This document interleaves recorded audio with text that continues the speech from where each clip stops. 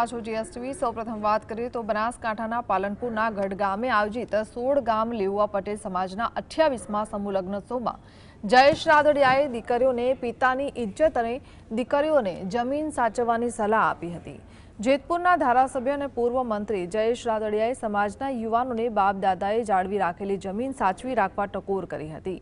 આપણા માથે પાઘડી પહેરીએ છીએ, આપણા સંસ્કારની નિશાની છે, એટલે સમાજની દરેક દીકરીઓએ તમારા બાપે માથે પહેરેલી પાઘડી નીચે ન નમી જાય તે જવાબદારી દરેક દીકરીઓની છે। માત્ર લેઉવા પટેલ સમાજમાં જ નહીં પરંતુ કોઈપણ સમાજની દીકરીએ આ બાબતનું ધ્યાન રાખવું જોઈએ।